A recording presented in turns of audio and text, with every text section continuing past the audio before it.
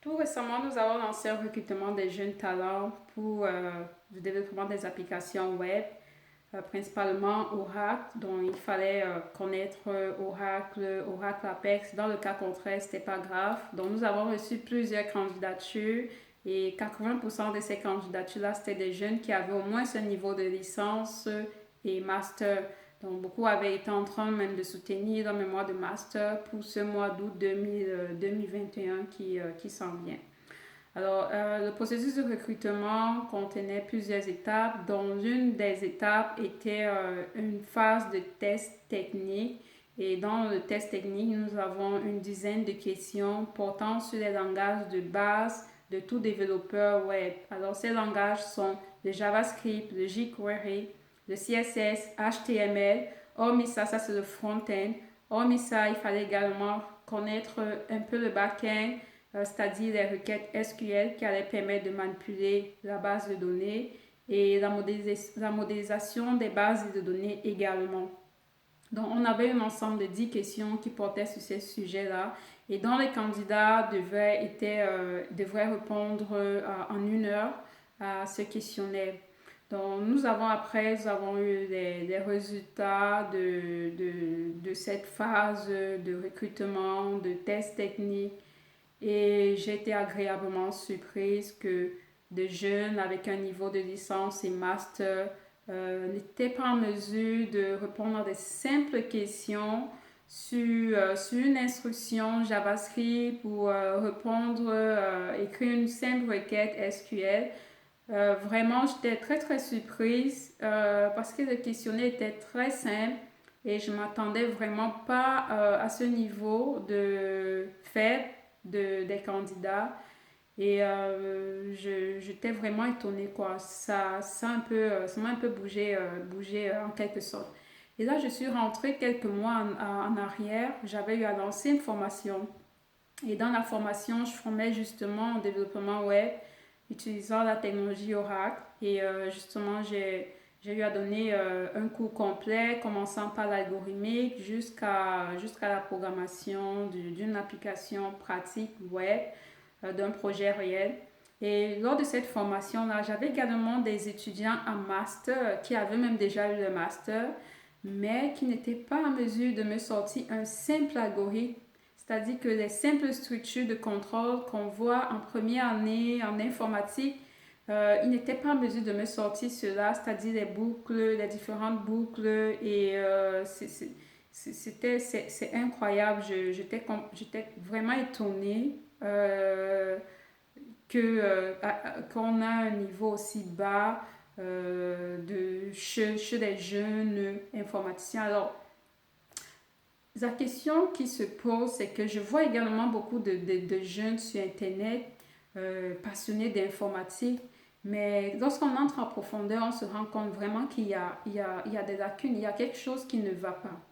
Il y a quelque chose qui ne va pas. Et paradoxalement, j'ai fait une étude comparative avec d'autres jeunes parce que vu on est sur notre plateforme, on essaie vraiment de promouvoir les technologies, les sciences là et tout ça auprès de la jeunesse africaine. Donc, on a pas mal de jeunes qu'on essaye d'entrer en contact avec eux pour qu'ils puissent travailler avec nous. Donc, durant ces phases, on a eu à rencontrer d'autres jeunes sur les différents réseaux sociaux, Facebook et tout ça. Donc, il y a des jeunes qu'on a eu à rencontrer vraiment très passionnés par ces domaines-là, très passionnés de sciences et qui malheureusement n'avaient pas ce niveau, ils n'avaient pas ce niveau d'études, ils n'ont pas aussi poussé loin dans les études, mais le niveau de connaissance en technologie vraiment est hallucinant. Et il y en a un précisément qui est du Bénin. Lui, c'est un jeune avec qui je travaille. Il est passionné d'astronomie. Il est passionné, je ne vais pas prononcer son nom ici. Il m'a dit, dans notre conversation du début de prise de contact, qu'il a arrêté ses études parce qu'il faisait comme physique-chimie à l'université d'Abomey, là-bas au Bénin.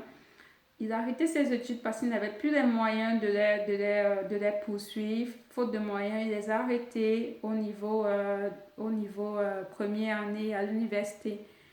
Et là, j'étais surprise parce que son niveau de connaissance dans la physique, les phénomènes physiques, dans l'astronomie est hallucinant.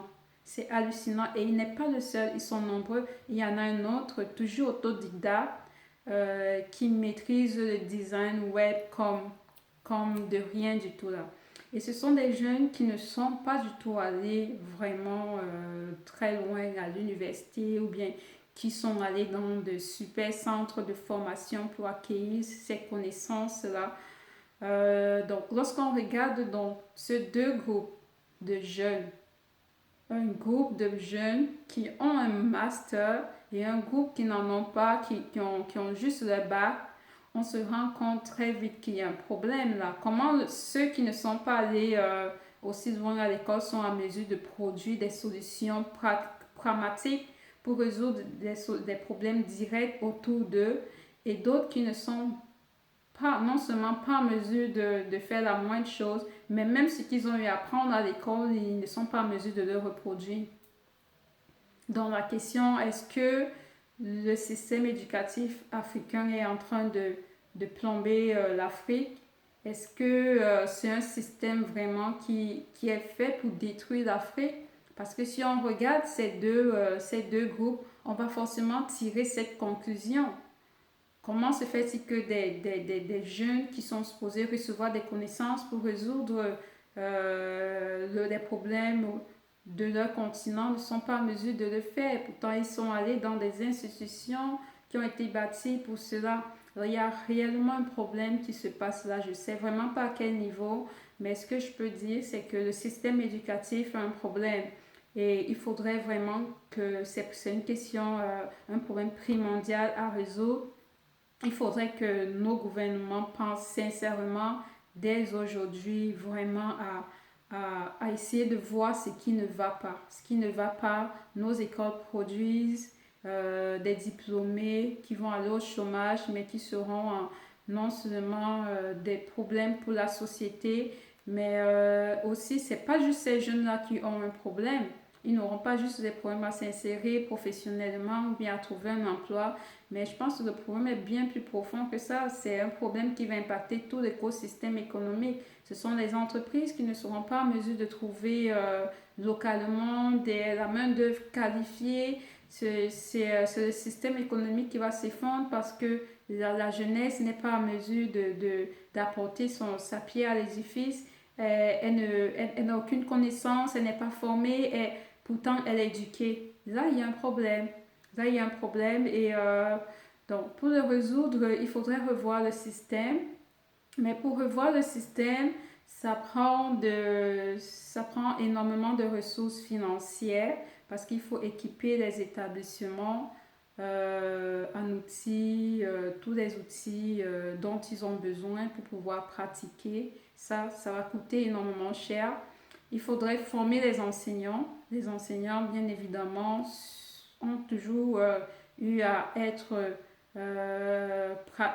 théorique. Je suis sûre que moi, le cours que je peux donner, je vais le donner de manière pratique parce que j'ai une expérience professionnelle. Par contre, un professeur, un enseignant qui a juste suivi une formation théorique, il ne peut que donner ce qu'il a reçu en fait. Donc, il faudrait également reformer également ces enseignants et ça, c'est coûteux.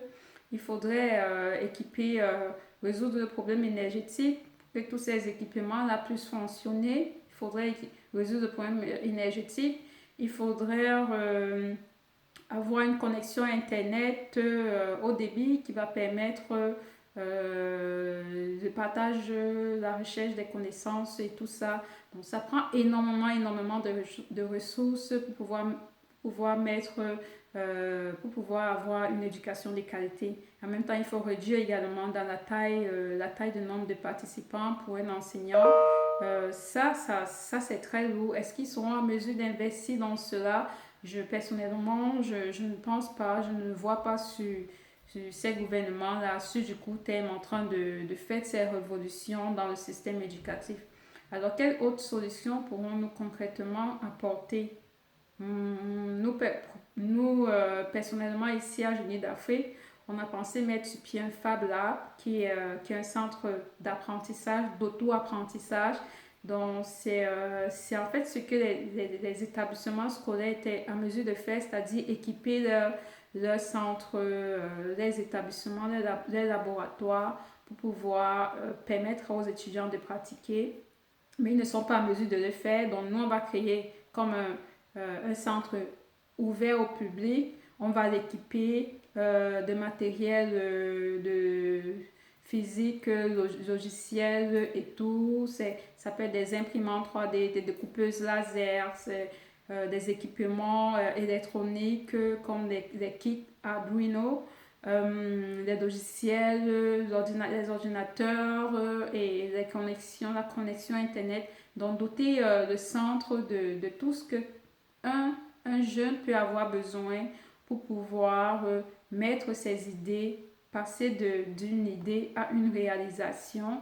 Donc, il pourrait avoir accès à ce centre-là pour pouvoir exposer son génie. En même temps, il pourra collaborer avec d'autres personnes qui fréquentent le centre. C'est ça l'idée d'un Fab Lab, c'est de permettre la collaboration, l'échange des idées et surtout de pouvoir réaliser des projets concrets qui vont impacter notre société. Mais maintenant, le Fab Lab a ses limites parce que c'est pas tout le monde qui pourra avoir accès à cela.